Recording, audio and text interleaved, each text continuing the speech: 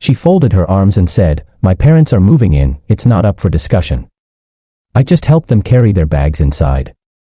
But weeks later, instead of family dinner, she found divorce papers on the table and realized it had been a discussion all along. So, I got home from work on Monday and my wife Megan was standing in the living room. She had this look on her face, the one that means she's already decided something and I'm just about to be informed. "We've been married 6 years, I know that look." "We need to talk," she said. The way she said it made it clear there wasn't going to be much talking from my end. I dropped my teas on the counter. "Okay, what's up?" She took this big dramatic breath and said, "My parents are moving in with us. Their landlord is selling their place and they need somewhere to go. They'll be here on Saturday." I just kind of stared at her for a second, trying to get my head around it. Our house isn't huge, it's a 3-bedroom that I bought long before I met her. We have a guest room in my office, that's it. There was no, "Hey, what do you think about this?" No conversation at all. "They're moving in this Saturday?" I asked, trying to keep my voice normal. "Megan, we haven't talked about this." That's when she crossed her arms. That's her move for when she thinks the conversation is over. There's nothing to talk about. It's happening. They're my parents, they need help. It's not up for discussion. And that was it. Something in my head just clicked. It wasn't loud, just a clean break.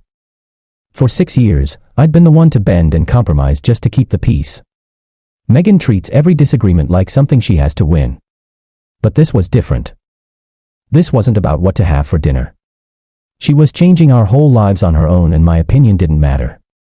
That phrase, "it's not up for discussion," just kept bouncing around in my head. I felt this anger bubble up that had been sitting there for years, I think. But it was cold, if that makes sense. It felt like my brain just switched over to problem-solving mode. She just showed me that I wasn't her partner. I was just the guy who provided the house. My agreement was assumed. I looked at her standing there, so sure of herself, and I made up my mind. She was right. It wasn't a discussion, so I wasn't going to discuss it. I was just going to act. I felt weirdly calm. I just nodded. "Okay," I said. She looked surprised. She was all geared up for a fight and when I just agreed, it threw her. "Okay," she said back to me. "Yeah, okay, if they need help, they need help. Just let me know what I need to do to get the guest room ready." She broke into this huge smile like she'd just won the lottery. "Oh, thank you. I knew you'd get it. This will be so much better for them." She came over and gave me a kiss. It felt fake, like she was congratulating herself.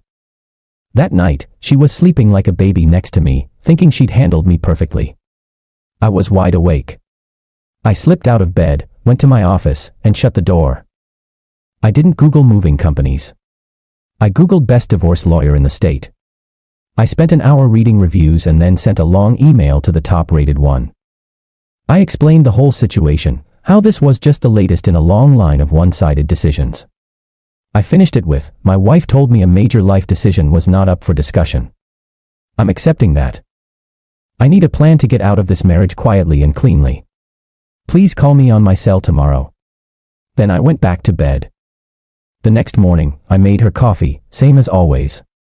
She was all happy, telling me her mom wanted to bring her own curtains for the guest room. I just smiled and said, "Whatever makes her happy." When Saturday came, the moving truck was in my driveway. Her parents, Frank and Carol, got out, and it was all hugs and smiles. They acted like this was totally normal. I played my part. I smiled, shook Frank's hand, and grabbed the first box to carry inside. "Really appreciate this, son," Frank said, patting my back. "You're a good man." I just smiled, happy to help. Megan was watching me with this smug look on her face. She thought she was looking at a husband who finally knew his place. She had no clue she was looking at a man who had already checked out. She said it wasn't a discussion, and she was right. She'd just ended our marriage and had no idea. Update 1. It's been 3 weeks. 3 of the most annoying weeks of my entire life. Having Frank and Carol here was even worse than I thought it would be. They didn't just move in, they took over. My house doesn't feel like my house anymore. Carol decided the kitchen was hers now. She moved all my stuff around, told me I buy the wrong kind of coffee, and started cooking these big greasy meals that made the whole house stink. Frank basically claimed the living room TV every night, blasting his shows so loud you could hear them upstairs. And my office, my one quiet space, became their storage room. There are boxes of their junk stacked up against the wall. Frank just walks in whenever he wants. Doesn't knock, usually when I'm in the middle of working, to ask for a pen or just to look over my shoulder. And Megan. She thinks this is all great. She loves having them here. The three of them are like their own little team living in my house, and I'm the guy who pays for it. Dinners are awful. They just talk to each other about people I don't know and things that happened years ago. If I try to say something, they give me a one-word answer and go right back to their conversation. They make it pretty clear that I'm just the landlord.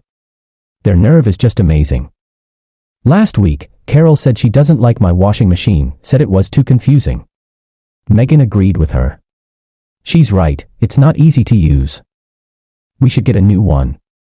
I just said, yeah, we'll look into it. No way in hell was I replacing a brand new washer. This whole time, I've just been playing along. I'm polite. I don't argue. I act like everything is fine. They think I've just given up, that I'm weak. But I'm not giving up. I'm just watching and gathering information. And at night, after they've all gone to bed, I've been busy. My lawyer, Ms. Hayes, is a shark. We had a video call and she laid out the whole plan. The house is mine since I bought it before the marriage. But Megan is entitled to a piece of the increase in value. The lawyer said the cleanest break was to just sell the house, give Megan her share, and have no reason to ever deal with her again. It's a financial hit, sure, but it's worth it to be free. So that's what I've been doing. While they were busy taking over, I was quietly taking my life back. First, I found a new place. A 2-bedroom apartment across town. I did it all online, signed the lease, paid the deposit from my personal account. My move-in date is at the end of the month. Second, I started moving my stuff. This was the hard part. I had to do it a little at a time so they wouldn't notice. I packed a box with my important papers and took it to my office at work. I took a couple of my favorite books in my briefcase each day. I rented a small storage unit. On the weekends, when I said I was running errands, I was actually moving the things I really cared about. My dad's old watch, pictures, my records, my good tools from the garage. I packed it all up and put it in storage. The house was slowly being emptied of me, but not enough for them to see it. Third, money. This was key. We have a joint checking account for bills that I put most of the money into. I opened a new personal account at a different bank and had my paycheck sent there. I figured out what the average monthly bills were and set up an automatic transfer for just that amount to the joint account. I removed her as an authorized user on my credit card. I was cutting all the financial ties one by one. The last straw came last Tuesday. I was on a work call in my office and Frank walked in, no knock, with a tape measure. He just started measuring a wall while I'm trying to talk to my boss. I had to mute the call. Frank, what are you doing? He looked at me like I was interrupting him. Carol and I were thinking, this room is just wasted as an office. You can use your laptop at the kitchen table. We could make this a nice little TV room for your mother-in-law. I just stared at him. They were actually planning to kick me out of the last bit of space I had in my own house. And he called her your mother-in-law, like he wasn't my father-in-law. It was their house now. I just took a breath and gave him the same fake smile I'd been using for weeks. That's an interesting thought, Frank. I'll think about it. He smiled, totally satisfied. Good man. It'll be much better. You'll see.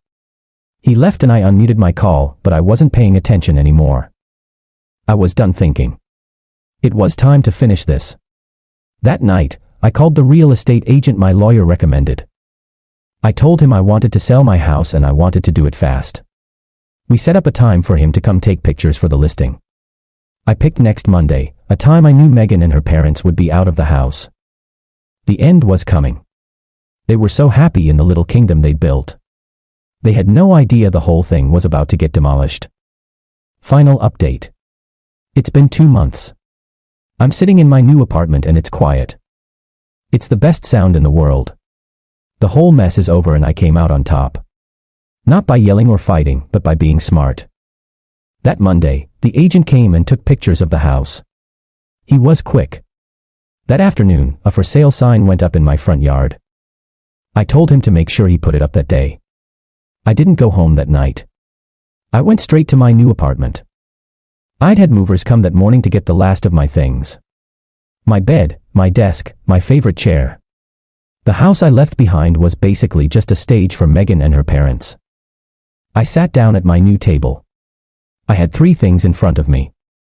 The divorce papers my lawyer drew up, a copy of the real estate listing for the house, and a letter I wrote to Megan. Around 6 p.m., when I knew she'd be home, I sent her one text. "There's something on the kitchen table for you. I guess it's time for that discussion." Then I shut my phone off. I found out what happened next from the voicemails and texts she left me. She got home and didn't even see the sign in the yard. She walked in, expecting to see me, ready for another night of being treated like a stranger in my own house. She saw the envelope on the table and opened it. First, the divorce papers. She said in a voicemail she just couldn't believe it.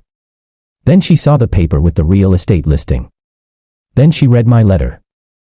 I kept the letter short and to the point. I wrote, "Megan, you told me your parents moving in was not up for discussion. I decided you were right. It was clear our marriage wasn't up for discussion either.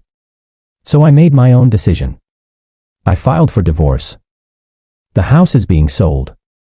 I bought it before we were married. But you'll get your legal share of the increased value. I've already moved out. All my stuff is gone. You and your parents have 30 days to get out so the house can be shown to buyers. My lawyer will send the official notice. You wanted a life with your parents. So now you can have it. You'll just have to find somewhere else to live. Like you said, this wasn't a discussion. It's just the result. Good luck." Apparently, all hell broke loose. She screamed. She ran outside, saw the for sale sign and totally lost it. Frank and Carol came running. And when they figured out what was going on, they were just as shocked. They really thought they had me beat. That I was just going to accept it all. The idea that I would just walk away and take the house with me never even entered their minds. The voicemails were something else. First, she was furious. "How could you do this? You can't sell my home from under me." Then she couldn't believe it. "This is a sick joke. Call me right now and tell me you're taking that sign down." Then she panicked. "Where are we supposed to go? My parents live here. You're making them homeless. You have to fix this." And last, she started begging. "I messed up.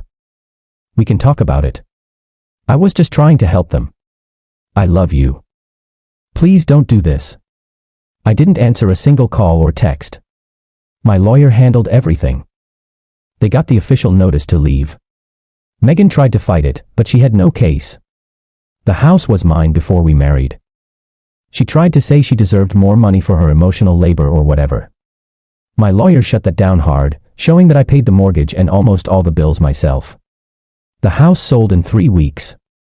The market was hot. Megan and her parents had to find a new place and fast. The money she got from the sale wasn't enough to buy anything, and it wasn't enough to rent a big place for the 3 of them either. From what I heard, they're all living in a small 2-bedroom apartment now. The comfortable life Megan had planned, with me paying for everything while she and her parents ran the show, is gone. Now she's stuck in a cramped place with them, and I bet that's not nearly as much fun.